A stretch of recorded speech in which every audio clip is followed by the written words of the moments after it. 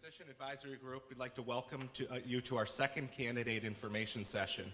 We received a lot of great feedback from our last session, and we hope that today's session is equally as informative. I'd like to say that Mayor Bopst from Rocky River had planned to be here to welcome us to a great city, but unfortunately there's an illness in her family and she was not able to be here today. I do want to thank her and the great staff of hers for all of their assistance in providing this great space for us today. We've had many invited guests and members of the public here, but there's one new county official present here who I want to introduce. Dave Rines is the newly appointed acting auditor of Cuyahoga County. We all owe a debt of gratitude to Dave for his willingness to lead us to the auditor's office in such a critical time.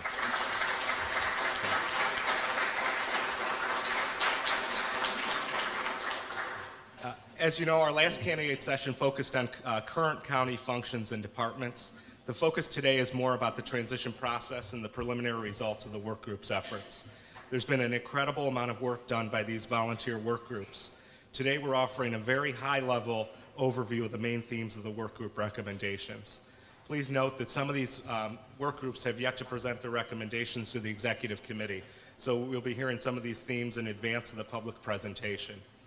We have asked Dean Kaplan from PFM, Public Financial Management, the consultants assisting with the transition process, to present these major themes.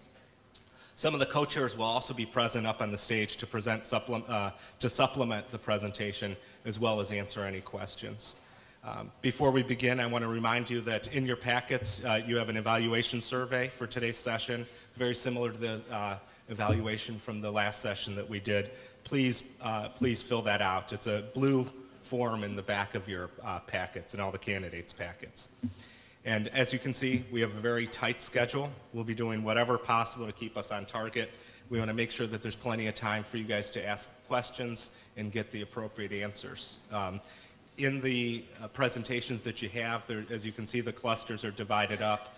There is a question period for each cluster, but if we do run tight on that, we do have time at the very end of the agenda for questions as well. So we wanted to make sure that there was plenty of time for folks to get their questions answered. That being said, I'd like to introduce Dean Kaplan and Robin Thomas, David LaRue, Lenora Lockett, David Kudik, and I think that's it for the first cluster. Thank you very much.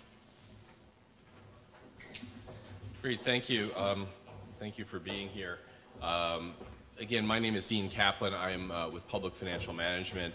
Our staff has been working with the county staff, the work groups, the Transition Advisory Group, and the Executive Committee over the last several months to help support the work groups. And our larger group is about 15 people. Most of us are former local government officials from various places around the country. I was the budget director in the county and city of Philadelphia.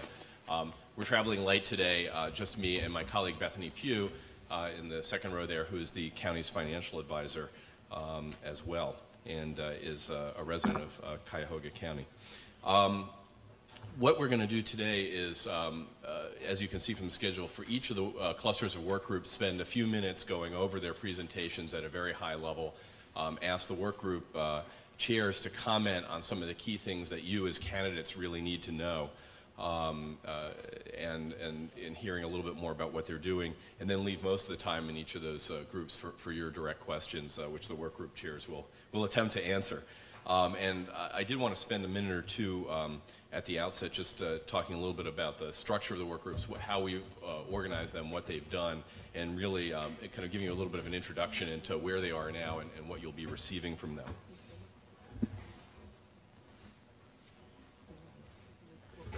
As many of you know, the work groups began with a volunteer sign-up, over 1,000 people who signed up, and an additional about 100 folks who were asked to join the process. And each work group had two leaders. The Transition Advisory Group and the Executive Committee asked an internal person from the county, a subject matter expert in each area, and an external person with some expertise in the area to team up and lead the work group. So the folks you'll see today are a mixture of that, and frankly, as an outsider, a very impressive group of people who have brought some really great perspectives, and I think have brought the synergy of sort of internal, how does the county work perspective with best practices outside.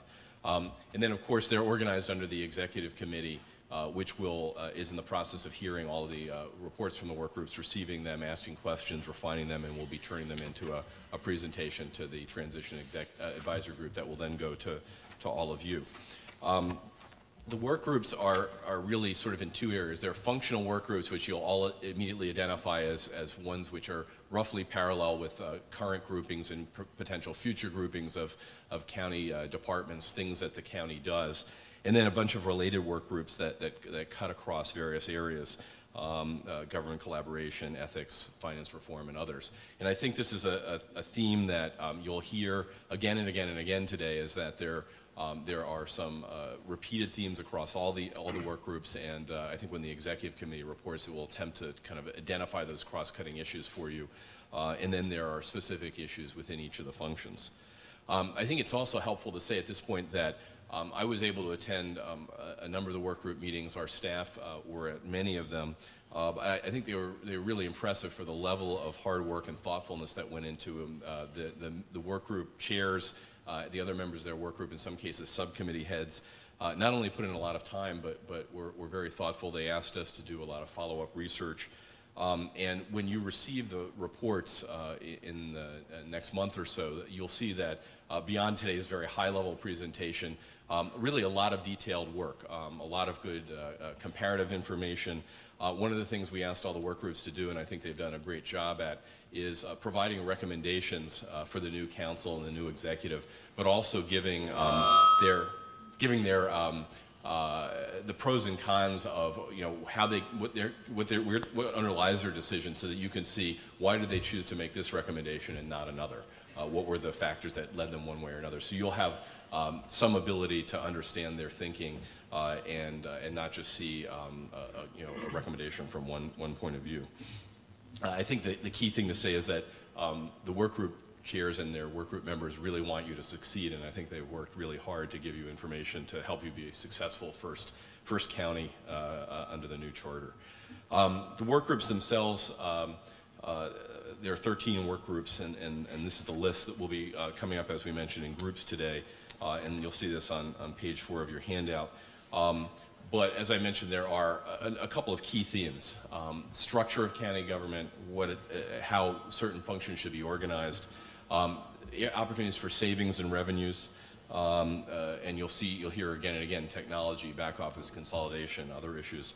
Transformation, of course, trying to make sure that the work groups thought about some of the big issues underlying this change in government and how we can transform the county and make it something different than from what it's been. Day one themes, which will be also a focus of the Transition Advisory Group. What needs to happen in January, February, and March to make sure that there's a continuity of government, that appropriate things that need to happen, many of them in the first couple months of the year, occur.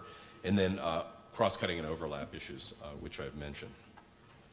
I think as a final note, before we talk specifically about the first group of work groups, I think it's important to just point out to everybody that these recommendations are draft and preliminary. In fact, 3 of the largest work groups have not yet presented to the executive committee. They'll be presenting at their final session at the end of the week. So the executive committee is in the midst of meeting with all the work groups, asking for some clarification, and they're going to package all of these recommendations and provide you with much more detail than you'll hear today. And I think you'll find all of that material very useful for those who have very specific areas. There'll be enough that I don't think anyone will be able to read it all. But depending on what areas you're interested in, there'll be a lot of depth for you. Their report will be done in the next several weeks, and that information will be available for you when you are elected. Today, really what we're going to do is ask each of the work group chairs to comment a bit on the overview that we're providing, and really sort of hit the 2 or 3 key points I think you need to know as candidates and future elected officials in the county, and then we'll spend most of the time on the Q&A. So with that, we're going to talk a bit about the first group, finance and administration, procurement and public works, and justice services. Finance and administration is is a pretty large category when you think about what the county does. And the finance and admin group was divided into 9 subgroups, so you can get a sense of the level of complexity. And really, I think is a microcosm of a lot of the issues that the other groups faced.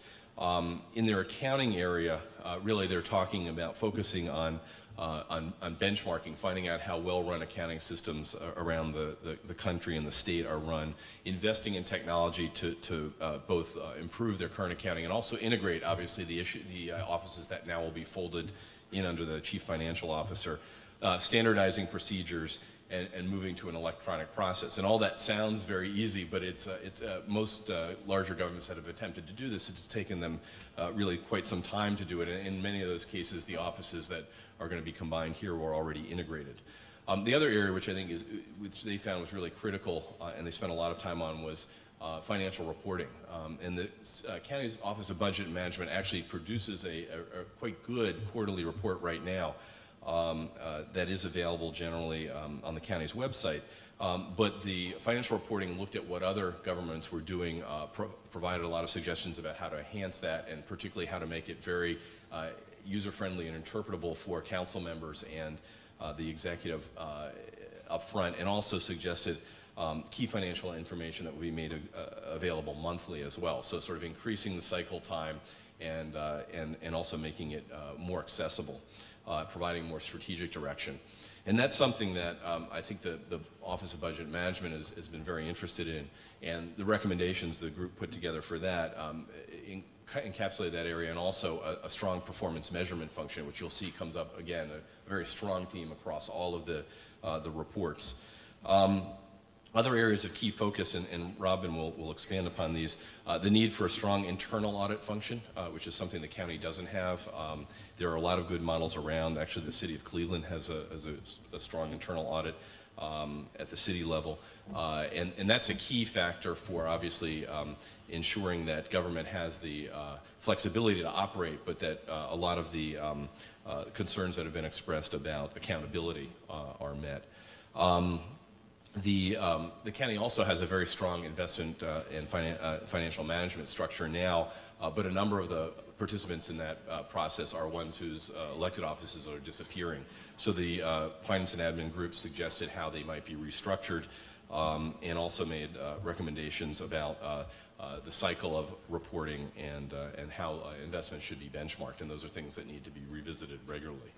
And then finally, of great interest to everybody, is the area of property valuation and board of revision. This is a good example of a case where the train is running, we're building the tracks. This county is required to conduct an appraisal by 2012. That's a process which normally takes a few years, so the county is well along already in the process of setting up that appraisal, and the new executive and council will be stepping into the middle of that. But in order to meet the statutory deadlines for the county, they're already working on that. So the group, in order to provide some continuity here, has suggested a specific approach for that, and also a structure for the Board of Revision going forward. And of course, there are also some charter outlines and requirements for the board. Quickly across the other two groups we've got today, in the first group, Procurement and Public Works it covers a lot of areas: procurement, county engineering, county sanitary engineering, and you'll see that the functions here really are very emblematic of what we'll see in other groups. A real focus on centralization. I think the theme you really see across a lot of the groups is that the county is currently very decentralized and not accountable, with very loose and informal standards. And what a lot of the groups have suggested is to continue to allow individual departments to operate, but to create a much stronger set of standards and performance metrics for those departments, and a strong central organization that can not only set those standards but enforce them and provide standardization across the county, both to save money, to be more efficient, and to provide accountability. So this is an area where procurement has really focused, and you can see on the one hand they're looking at innovative tools that have been very successful in the country, like P cards, purchasing cards, which a lot of people's first reaction is we're going to give employees' credit cards. But in fact, it's been an incredibly successful tool for accountability because you get great electronic records. You can limit what they're used for. And unlike the old days when you went and got a petty cash voucher and someone walked out with $100 in their hand, you now have a very trackable, monitorable system. And running that centrally is really the only way to effectively do it. Like other groups, they're suggesting an enterprise resource planning system to manage that, and then a variety of ways to evaluate the services. And one other theme we'll see a couple of times throughout this is they think that there are great opportunities to share services, particularly in the procurement area, but also obviously in engineering, where the county already does provide some countywide services. And then finally for this group, justice services, which also covers a lot of territory, focus first really on some of the structure around the justice services area. And obviously this is one where a number of the functions are not under the county executive cluster, but there's a real need to have some sort of organized function, because we're sort of bringing new functions onto the executive side. So they propose a deputy county executive for public safety, and then also structurally on the accountability side, a strong inspector general that would report directly to the county executive and also work with the other other institutions we've mentioned, for example, the internal audit function. And then in addition to these structural issues, Justice Services talked a bit about structure, about function, and particularly electronic filing, and the ongoing discussions about the combination of city and county jails. So with that, I would like to give the department, the work group chairs a couple minutes to embellish those and really raise the key points that they think will be critical for you as candidates. Feel free to go, jump in. Lenora Lockett, co-chair of the Procurement and Public Works Group. One of the key points that I wanted to highlight was the strong recommendations by the committee as far as structure. First, because of the funding requirements and many memberships of the county engineer, it was recommended that the Public Works Director or that department have a designation of the PEPS, which retains those qualifications and retains the ability to obtain much needed federal funding. And as far as procurement or the purchasing department, it was recommended that the purchasing director report at the highest level possible, depending upon whatever structure is designated by the county executive, but there should be a strong and high reporting authority. And under central services, central services is the current department that handles a multitude of functions for Cuyahoga County. There were certain recommendations where divisions of that department were recommended for other areas, but it was also recommended that there may be a need for an administrative services segment under the county executive to deal with all those much needed services. I would add, I'm David LaRue. I would add one of the points that Dean had mentioned was the centralization of purchasing. Currently there are over, I think, 40 individuals in the county in various departments making purchasing decisions. So very decentralized, very department focused. An immediate opportunity, I think, for the executive and the council to evaluate that and centralize and start getting buying efficiencies. So that's something you could do immediately. I guess the theme of our government these days, the county government, we strongly recommend adoption of a model procurement code which deals with ethics and procurement, specifically for the procurement professionals that are going to be making these decisions. I know there's an ethics, we recognize there's an ethics committee or work group, but there are codes specific to procurement and procurement for public entities. So that's something that was, again, a major focus of what we had talked about. And again, a longer term thing, the ERP database. Right now, I think the county spends $260 million with POs. So they can quantify how much is spent, but if we wanted to do an analysis of what it is spent on and get down to where you could get very finite detail to make better decisions. That's not possible today. The systems that are used differently by department, and therefore there's no overarching opportunity. That is going to require an investment in order to realize longer-term savings, but those savings can be substantial. You know, we did reviews of McKinsey & Company, and when studies like this are done and controls are put in place, there's upwards of 15 to 20% savings in procurement when you know what it is you're buying. So the importance of getting that knowledge, I guess we can't downplay. Thanks. Anybody, Justice Services? Sure. My name is David Kudik. I'm one of the co-chairs for Justice Services. We, I think, have three general recommendations.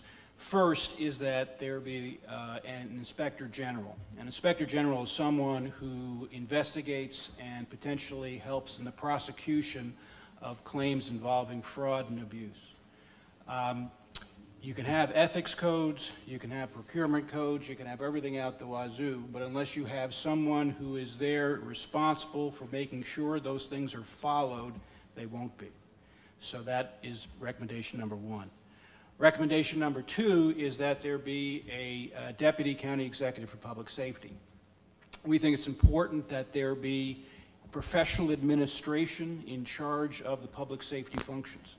And it is a best practice in our view to have someone who can coordinate the public safety aspects, including the sheriff, emergency management, and so forth. Third recommendation, which doesn't appear on the slides, is that there be what we might call a strong law director.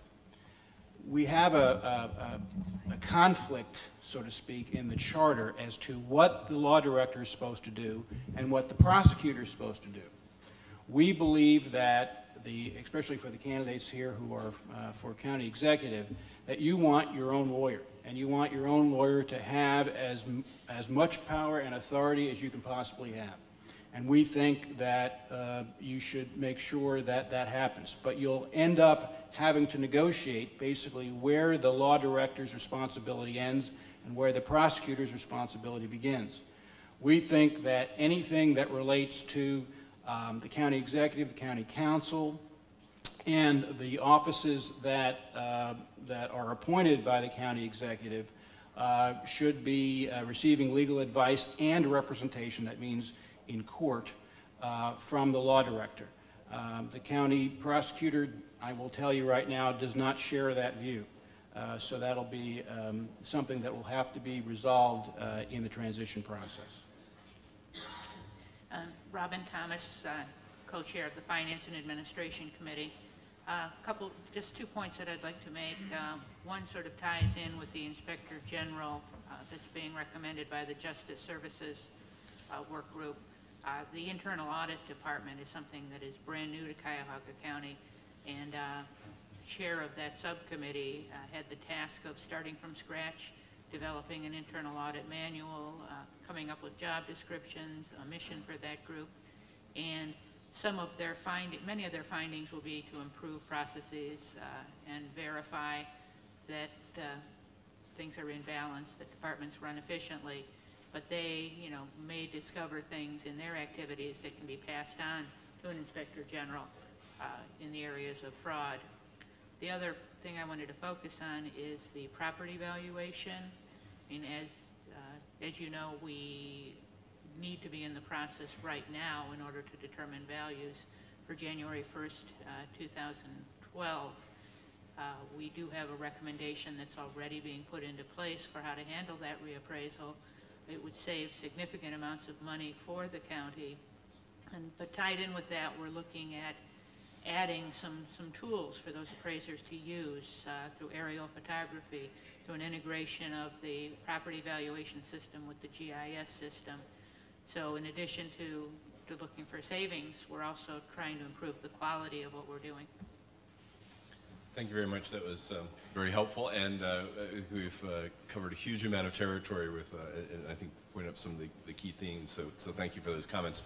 At this point, we have on the schedule some time for questions from the the candidates who are here. And if you'd like to come up actually to the microphone, that'd probably be helpful just so everyone can hear you. And obviously, please state your name and the office you're running for. My name is Laverne Jones-Gore. I'm running for County Council District 9. You said something very interesting when you were talking about when we have an internal audit system. You said that they're coming up with a mission statement that's going to give policies and procedures. Wouldn't it be nice if every group or every division of the county had something very similar? I'm finding while I'm on the campaign trail that a lot of the county voters do not understand what happens within each department. I think we need to simplify and identify exactly what each department does. And you just made it very clear to me that we just need a mission statement, and we need to identify to our voters and taxpayers what we're doing, why we're doing it, and who's doing it. I think that would be extremely necessary and helpful to everybody, especially in light of where we are now in the county. Thank you. Thank you. Jack Schron, 6th District Council candidate. You've identified in the finance and the procurement that you're looking at technology improvements, and has there been an identification of, it says the word improve, and it looks at the investment in, has there been an identification of the cost savings that item 2 will generate as far as technology when you use the word improve? And then is there a common ERP system that's anticipated by this one, and then the procurement also has an employer, a resource planning identification? Is the intent to use a common system throughout the whole program? Let me take the second question first, and then Robin can pick up the first question. Okay. Information technology will be presenting in the third group, and in fact, they do have a specific proposal for a county-wide enterprise resource planning approach. And I think the assumption is that all the groups would like certain things to come out of that, but there would be one single system. That's the standard in most places. So we have not, there's not a system identified at this point? No, it would be something that you'd have to develop a request for information and request Gotcha. for proposals. And Okay, go. for the RFQ. Thank And you. that'll come up in that one, but I'll leave the second question to Robin. Okay, and it's probably the same thing, that we have not been able to identify a cost savings at this point. We know there'll be an initial outlay to purchase any new software or develop any new systems, but again, it would need to go through an RFQ.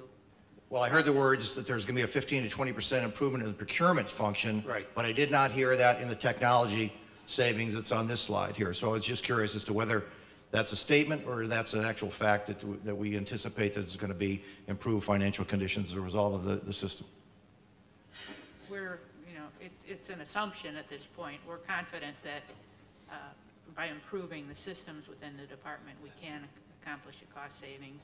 Being paperless will dramatically improve the quality of service that we're providing, speed up the process of getting payments to daycare homes. But as of yet, we don't have a number attached to that. No, we don't. Thank you. Dale Miller, candidate for County Council District 2, and the court system is a very significant portion of the general fund budget for the county, but not under the direct control of the executive and council.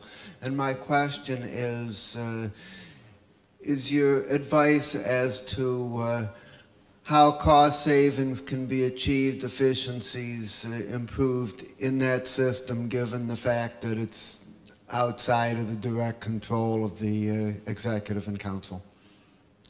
Well, the county courts are not under the county executive, you're correct, although they are funded from the county budget. So there is some intersect between the county executive in that respect.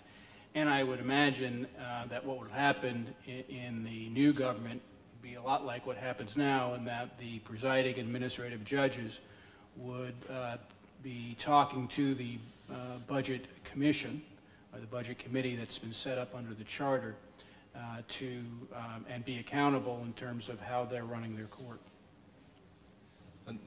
Normally I won't jump in, but in this one, it's having some personal experience, having been the budget director for a large county and been in the same position. This is always an area of some creativity. You need ingenuity and relationships, really.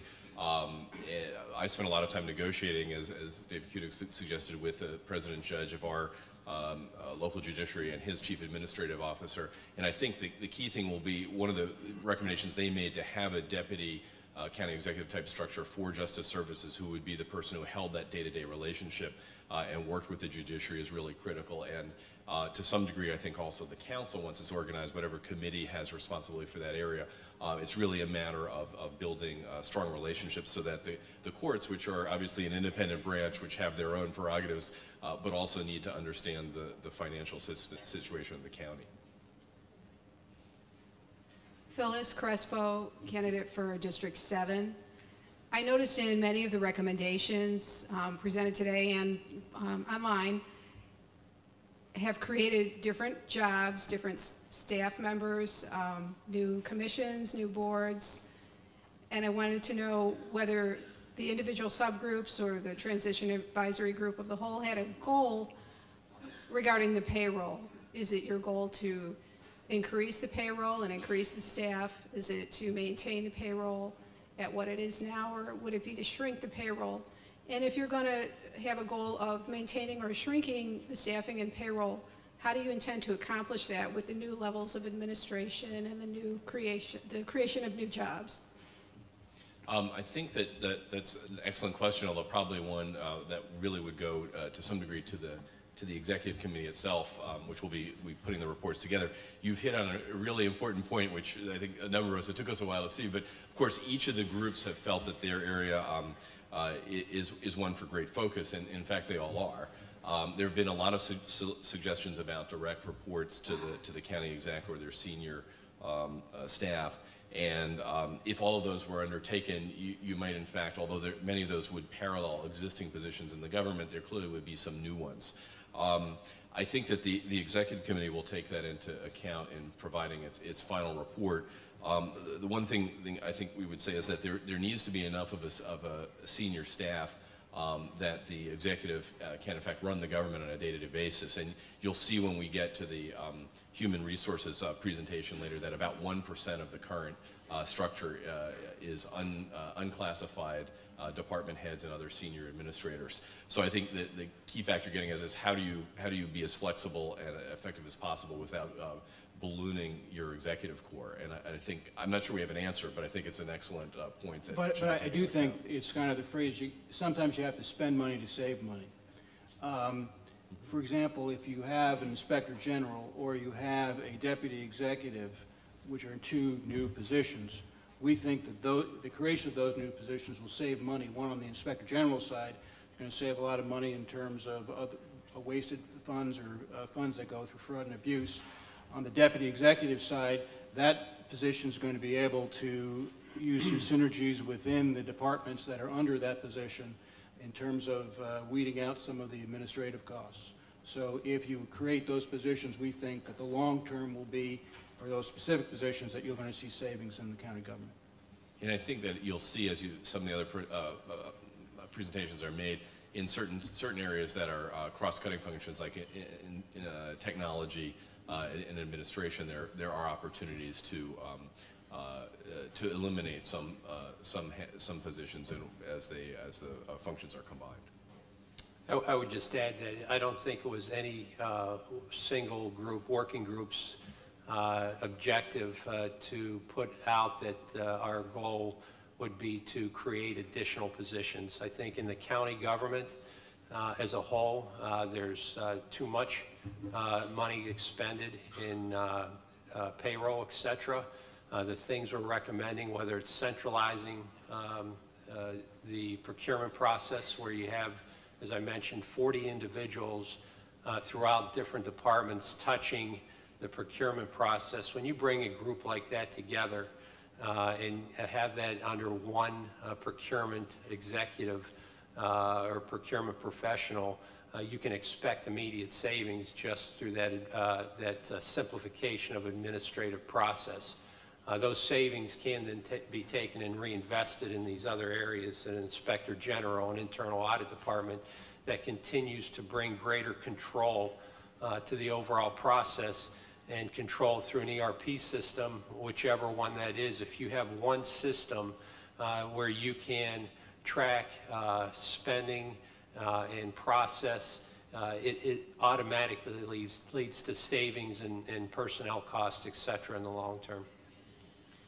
far as finance and administration, we, one of our tasks was to look at 2.5 offices that need to be combined into one, and that's the county auditor, the county recorder, and the non-judicial portion of the clerk of courts. And our work group took the approach of looking at tasks rather than looking at those individual offices, but we do see cost savings in personnel as those functions are brought together. Functions that operate side by side right now can possibly be done by the same person. We haven't defined exact numbers of savings, but we do anticipate that by consolidating some of those functions, we can see the savings. Edward McCartney, running for County Council for the 2nd District. I'd like to comment about the desire to go paperless, but I'd like to comment on a question that was asked pertaining to the judiciary. I don't know a whole lot about the judiciary, but I'm kind of getting the impression that it's probably a state court at the county level. For example, in the city of Lakewood, we have Lakewood Municipal Court. It is not of the city of Lakewood. It is a state court whose jurisdiction is the city of Lakewood.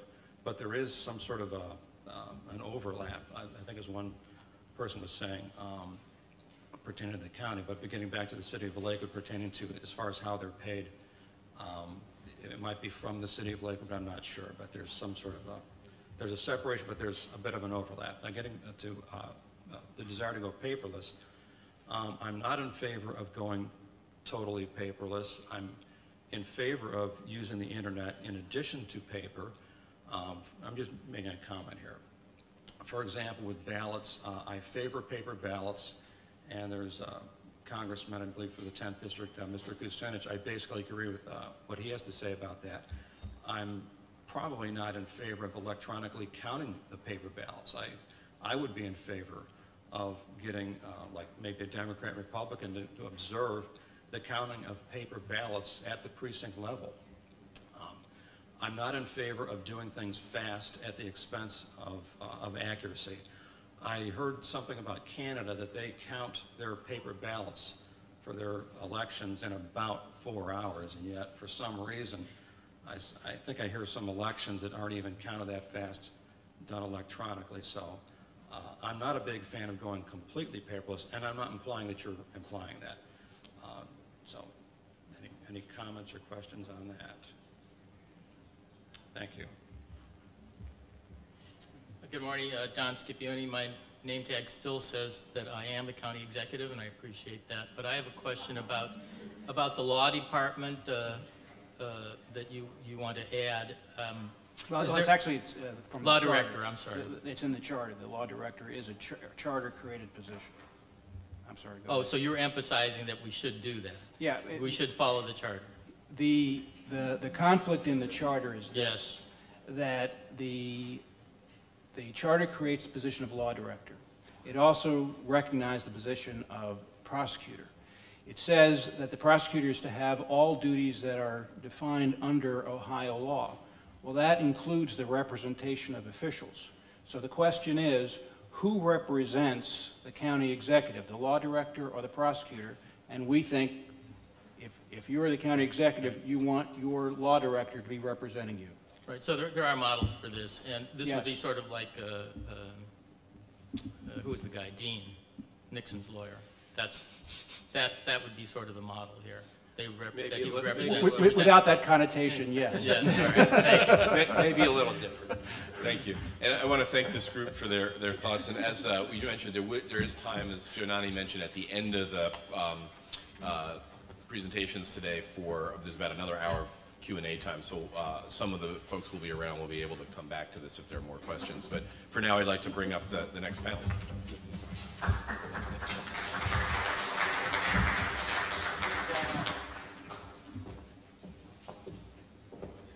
There's a lot of material here, so while they're sitting down, I'm going to get going. Fortunately, these three groups are closely related and have all worked together quite a bit: economic development, human capital, and human services. So you really will hear a lot of overlapping themes here. The economic development group, really focused on a key mission and value statement, innovating, educating, collaborating, and investing to create jobs and prosperity. And you'll see when we get into this a little bit, the prosperity theme is one that, as many of you know, is actually in the charter. The Economic Development Group really tried to figure out what the key drivers of success are around the country for other regions that have worked together and been very successful in economic development. And I think they'll tell you that the number one most important thing you need to do is to put together a broad and effective strategic plan for economic development. Decide what you're going to do and what you're not going to do. And you'll hear this again and again, I think, in these sets of presentations. But success is related to determining what areas you're going to focus on and really doing so. And then I think they've added a really important caveat, which is rarely seen, I think, in this area where we work around the country, that there need to be measurable and objective criteria for making the decisions and then evaluating whether they work. So if you decide to focus your economy and your economic development investment in a certain area, you need to come back to it on a regular basis, a year, 2 years, 3 years, and determine if that's actually happened, if it's worked, if that's the right strategy. Should you change it, tweak it, abandon it, or go elsewhere? This group also spent a lot of time with, I think, some items you'll find very helpful once in office in terms of determining who should do what. And the very large part of their work is related to figuring out how the new charter required Economic Development Commission would work in conjunction with the county executive who appoints them, the council that I think confirms them, and developing the strategic plan and then implementing it and evaluating it going forward. So they've put together a really nice rubric for all of you to think about in terms of how this would work and what the right role of the different parties is, and particularly obviously in this area, which is so critical for the county's success. The Human Capital Group was formed a little bit later in the work when there was some belief that there was a need to sort of knit all these themes together, that economic development, human services, and some of the other functions were not really separate silos, but that they were integral to each other. So this group really, I think, probably had as many meetings as anybody, really reached out to the community to determine how they could connect people residing in the county to the charter mandate to enhance economic growth, competitiveness, and prosperity, which is the word they really use. So they're looking for places for people to contribute, to participate, and how to make Cuyahoga County a quality place to live, work, and play. And so those are very broad themes, and I think they did a really nice job of bringing them down to earth and thinking about what does the charter really mean and how do we implement it. So they started out with the charter's language, which talks about the primary responsibility of the promotion and enhancement of economic well-being and prosperity for for county residents, and then started thinking about, well, how do you define that? And spent a lot of time talking about it. As we mentioned, really focusing on job opportunities and educational opportunities and sort of what the county is like as a place to reside and work in. And I think they were particularly helpful in emphasizing the fact that this is a continuum, that while the economic development and job creation side of the equation has frequently been seen as one end, that having quality daycare, adequate job training, good education that kind of feeds people into that job training system, and a tie-in to new and growing businesses in the county are all part of a continuum and not separate groups. So what they suggested in terms of, again, trying to think about what do you actually need to do when you're elected, was to think about ways that the internal agencies within the county, and especially the new commission, can work together to align the economic development and human services strategy into one human capital and quality of places initiative, but also think about how the city works with the suburban municipalities, the region as a whole, including the counties, and then not leaving government as a single standalone entity, how the governmental agencies can work with nonprofit and for-profit entities in public-private partnerships to deliver the services to hit their recommendations. And they will talk a bit, Sharon and Harry will talk a bit about their specific recommendations, starting with the charter mandate in number 1 for prosperity and going through some of these other specific recommendations about how to get there.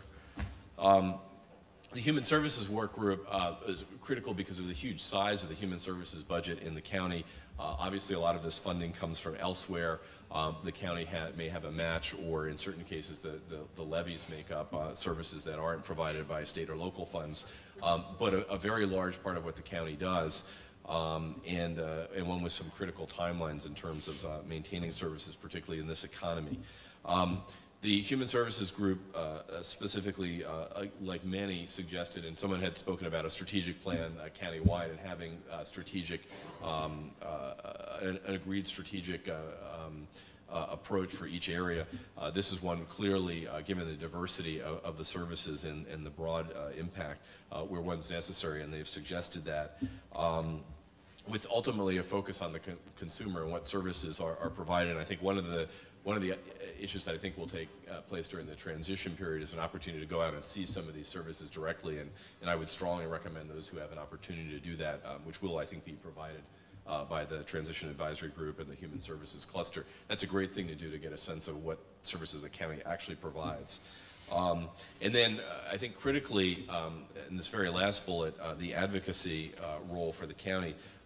Obviously, with the large amount of county services that are provided with state and federal funds, and a drop-off in federal funding from ERA, and obviously some likely budget changes at the state level, the first 6 months next year, your first 6 months in office, will really be, in part, require you to make a few trips to Columbus and talk about which items are important for the state to fund in this area. What they've recommended overall are aligning the human services programs, using that strategic plan, improving the management of relationships with providers to maximize value, and strengthening collaboration across public and nonprofit sectors.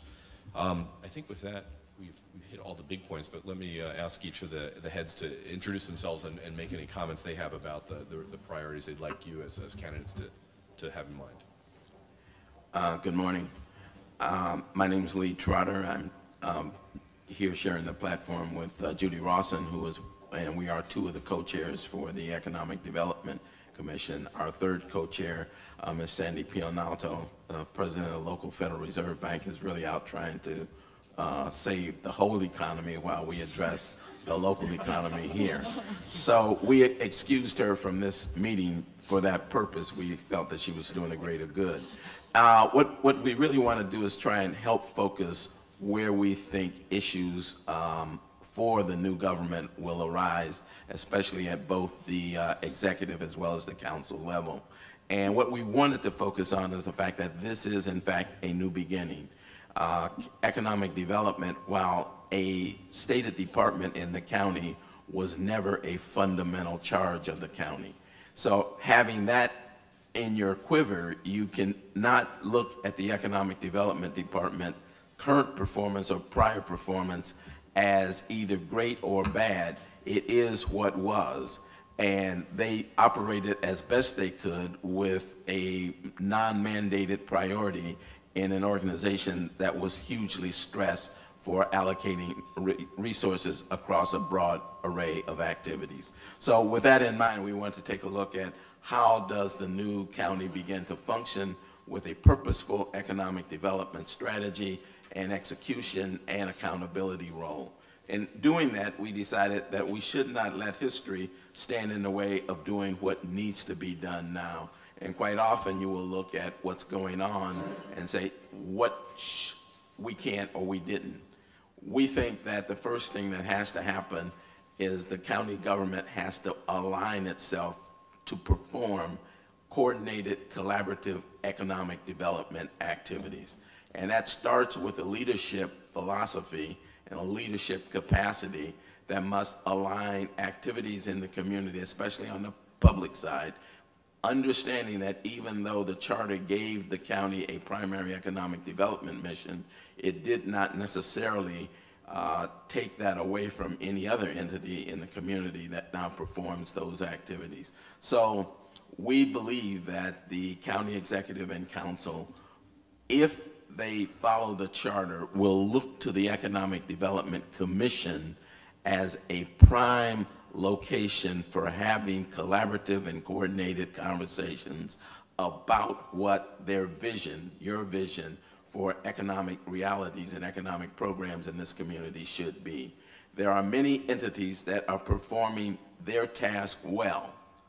The problem is there's no aggregation.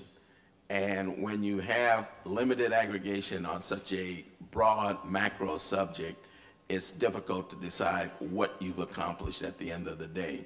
So, I'm out of time. And so with that in mind, we believe that external alignment is necessary. Internal alignment is also necessary. And you'll have to look at the organization professionally to determine where you go. And finally, we wound up with separating ourselves from Quality Place, and that'll be clear later. Good. So you guys would like to jump in? It's good. Can I just, because we only covered 2 of our recommendations. So once you've gotten everyone on the same page, pulling in the same direction, both externally and within the county, and have all the important viewpoints at the table, that's hard enough. Then the question is, what are you going to do? And I would submit that all of you are going to be hugely evaluated on whether you achieve visible momentum in the field of economic development. So we have 3 suggestions. Number 1, create a strategic plan with input from everybody that everyone buys into. And we've got a lot of suggestions about how to get there and how to identify the drivers for this county. Number 2, establish objective criteria before you create programs and as you constantly evaluate programs. And 3, we've got to improve the business climate. We've got to minimize hurdles for businesses, and we've got to minimize the hurdles linking potential employees to training and to jobs. Thank you. Good morning. I'm Sharon Sobel-Jordan. I'm one of the co-chairs for the Human Capital Quality Places Group. Harry Conard's with me, one of my other co-chairs, and Lonnie Coleman, President of Coleman Spawn, was our 3rd co-chair. Harry's going to allow me to give our little remarks, but we're both happy to answer questions when we're done.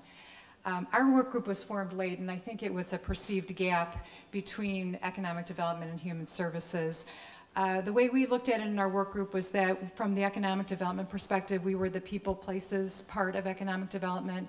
And in human services, we really started talking about human services not only as a safety net, but actually as a critical barrier remover for people. So, for example, for job seekers, the barriers that they have to really being employable, the human services sector is dealing with that. For children who are trying to achieve in school, the barriers that they have, the human services system is trying to deal with that. So that really was a nice link for us between the 2, human services and economic development. We did have a strong vision in our work group, and we had about 64 members of our work group. It was pretty large. And that is on your slides 24 and 25. I just want to be sure you see that. There's a lot of rich content in our recommendations that we obviously won't go through here. But this vision, because we took the obligation in the charter, this primary responsibility for prosperity, very seriously. And the charter deliberately uses the language prosperity for the county and all of its residents. And all of its residents, we thought, again, was very significant. So for our work group, our vision that we hope you will consider is that all residents of Cuyahoga County, regardless of race, current economic status, or where they live, should have access to the essential ingredients for economic success. And then on slide 25, and really the bulk of our work, we defined the essential ingredients for economic success as job opportunities, educational opportunities, and quality places to live, work, and play. And all of our 9 recommendations modify and expand on those aspects. One thing I did want to, well, 2 things I wanted to call to your attention is that first, all of our recommendations we thought were very synergistic. We had some discussion about whether we should prioritize, but really thought we couldn't because they are all parts of a necessary whole. And they do require a lot of then high-level coordination and communication to make sure they happen. The second thing that I want to leave with you is that there's no current county structure or official that is responsible or accountable for prosperity, and certainly not prosperity of all county residents. So we did suggest in our recommendation number 1 that there be a deputy county executive for this responsibility, and we thought it was important to be at the very highest level because as you look at the county administration, there are many, many departments, functions internally that impact prosperity, and there are also very many key external players that are not only attracting great sums of money to this county, but also working very hard in that area. So we thought that coordination would be very important. Like I said, there's lots of detail and action steps. We talk a lot about strategy and vision, and we do comment on the Economic Development Plan, the Economic Development Commission, and the Director of Development as modifying the work of the Economic Development Work Group from our perspective of people and places. So we are happy to answer any questions today or at any other time to help you understand where we went. Good morning. I'm Rick Warner from the County Office of Health and Human Services, and along with John Bagala from the Center for Community Solutions, I help to coordinate the Human Services Transition Planning Group. I also want to acknowledge in the back Mary Louise Madigan from a colleague of mine in the Office of Health and Human Services, and Emily Campbell from the Center for Community Solutions, who are very much part of the leadership of our group. When you read the human service recommendations, you will see that we focused, I think, very much at a 50,000-foot level on perhaps reconnecting all of the partners, both public and private, that have been part of the human services world in Cuyahoga County over many, many years. As Dean mentioned, a lot of what the county does is provide human services through all of our departments, as well as the funding for the Adams Board, Metro Health, and other public systems and private nonprofits that provide services. One of the main recommendations that came up very early in our process was the need for a strategic plan. We have never really had a overall county health and human service strategic plan because each of the public systems that are part of the county's health and human service structure, as well as our other partners in the community, have their own strategic plans. But there was really a feeling in our group that we needed to make sure that there was an overall roll-up of all those strategic plans in order to give the county executive and the county council a sense of what together all the human service organizations, both public and private, wanted to accomplish.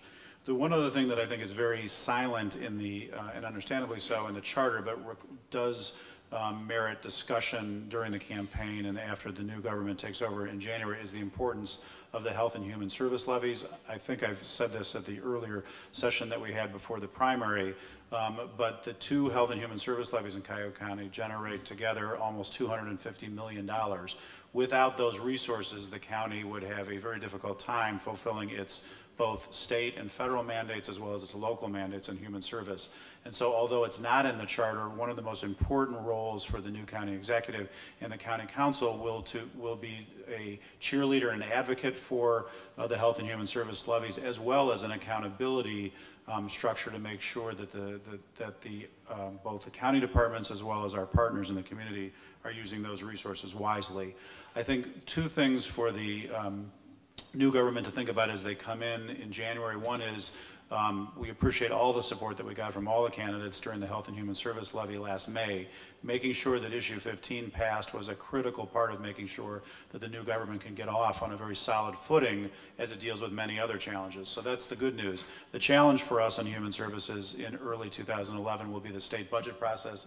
I think Dean alluded to that. We are going to have to work for the county executive and the county council in helping them be advocates from the first day they take office and probably actually before they take office down in Columbus, because so much of what we do is dictated to us and to our other public human service partners by the state budget process.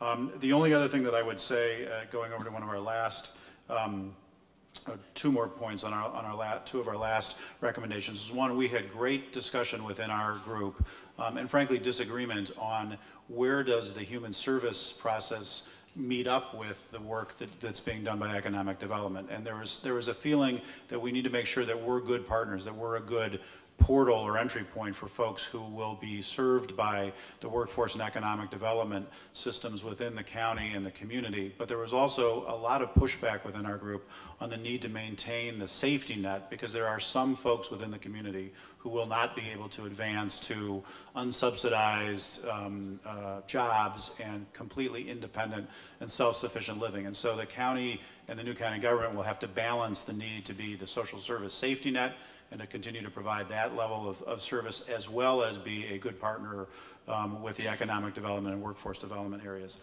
Lastly, we had a very good discussion within our group about the need to maintain the county's commitment to working with the private sector, that's both philanthropies as well as the private nonprofits, on public-private ventures. Many of the things that the county has been successful on in human services, I think most probably significantly early childhood, has been as a result of aligning the priorities of both the private philanthropic funders, the private nonprofits in the community, and the county. And so the very clear message coming out of our work was that the new county government should look very closely at the success that we've had in various areas thanks to public-private partnerships, and we hope that we have the ability to continue those under the new government.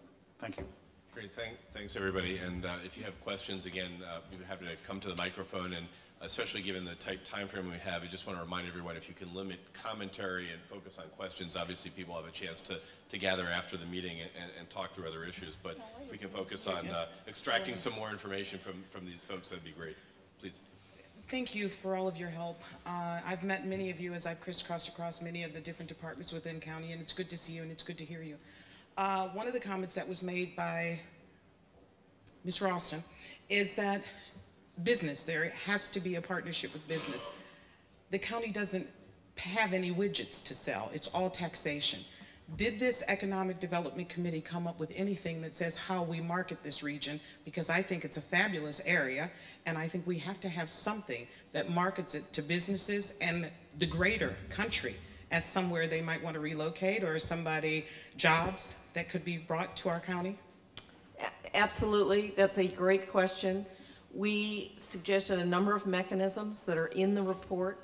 The best one is a concierge office that would be jointly formed by the county, the city of Cleveland, the suburbs, and the business and nonprofit. It can be located anywhere, but businesses need to know they have a single point of entry. They don't have to navigate the political system. Someone else will do that for them.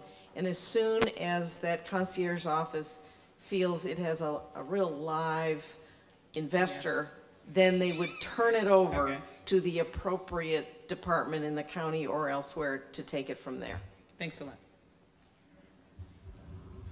Besides the recommendation for the county deputy executive position, could you say more about how the people and places efforts should be structured in terms of organization and personnel, and how that effort would interact with economic development and human services? We had thought that the deputy county executive, reporting obviously to the county executive, would have the director of development, community development and planning reporting directly to that person, and that the workforce investment board, public health, and there was one other I'm not thinking of right now, but and human services would be to coordinate. And that's why we thought it really needed to be at the deputy county executive level, because while there wouldn't be direct line authority in the structure of county government, there are a lot of dollars and initiatives being spent that are really going towards the same purposes, but not coordinated with each other. And I think we all said that here, which is kind of interesting. So we thought that it really needed to, where could you have the greatest communication and coordination, and that seemed to be at that level. We viewed the Economic Development Commission as strategic oversight. I know the Economic Development Work Group did a lot of great work on that, but we thought that that would be important, and the Deputy County Executive could be the liaison or staff representative to the Economic Development Commission, is the way we talked about it, because again, all of these groups have initiatives that should be taken into account in the Economic Development Plan, and so we thought that would be important to have, again, someone with the view, the broader view. So that's the discussions we had on structure.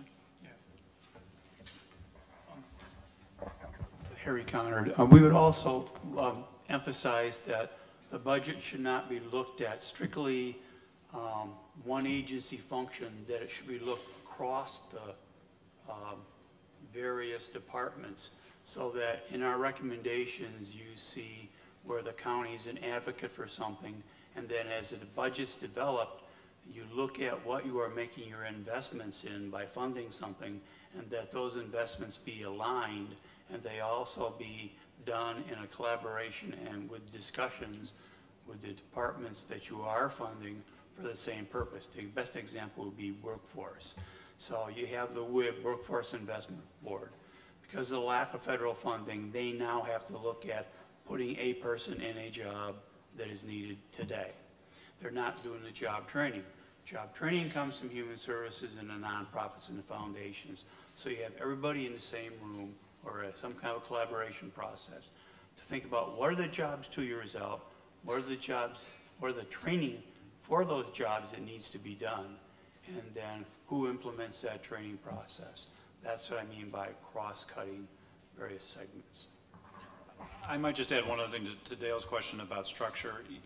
The human services recommendations do not include an org chart or structure because we felt that that was the province of the new county executive as he takes office in terms of how to structure it. We do offer, though, some suggestions about considerations that ought to be taken into account when we look at restructuring. We have restructured the County Human Service Department many times over many years to meet new challenges, and we felt that we really needed the strategic plan in place before we offered or before we would suggest or could suggest a new structure.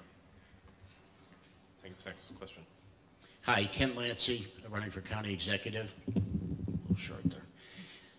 The commission has gone to great lengths to identify the places or areas that they think they need to add people or deputies and concierge. And have you put a list together of what the executive is supposed to do? It appears that for $175,000 or $200,000 a year, he's just going to have all these other commissions. And in my opinion, that's the job for the executive, is to be the person that does a lot of those things, so you don't have to layer it with all this additional expense. Let me take a stab at that. The Economic Development Work Group felt that the executive has an unbelievably important role, as does the council, and I'll get to that in a minute, in establishing the trust between the county and where it's trying to go and all its other partners in the community. And I think everybody would agree with that. And every executive gets to determine it, however he wants to do. But we've operated in silos, and the executive has to figure out how to break out of those silos, both within the county and, frankly, in the community. The council has an equally important role, not in micromanaging individual programs, which is a huge temptation, at least in cities, but in asking the right questions, keeping everyone on track, perhaps inviting citizen members on the council so that you have the expertise coming from the community as you consider all these things. I think the only thing the charter mandates is that the commission be a very important forum for bridging these different groups. And then however the executive wants to set it up, so long as we're moving towards a strategic plan in each of these areas with an opportunity for council to critique that strategic plan and know what they're really allocating money for, that's the role of the executive, and it's going to be 24/7.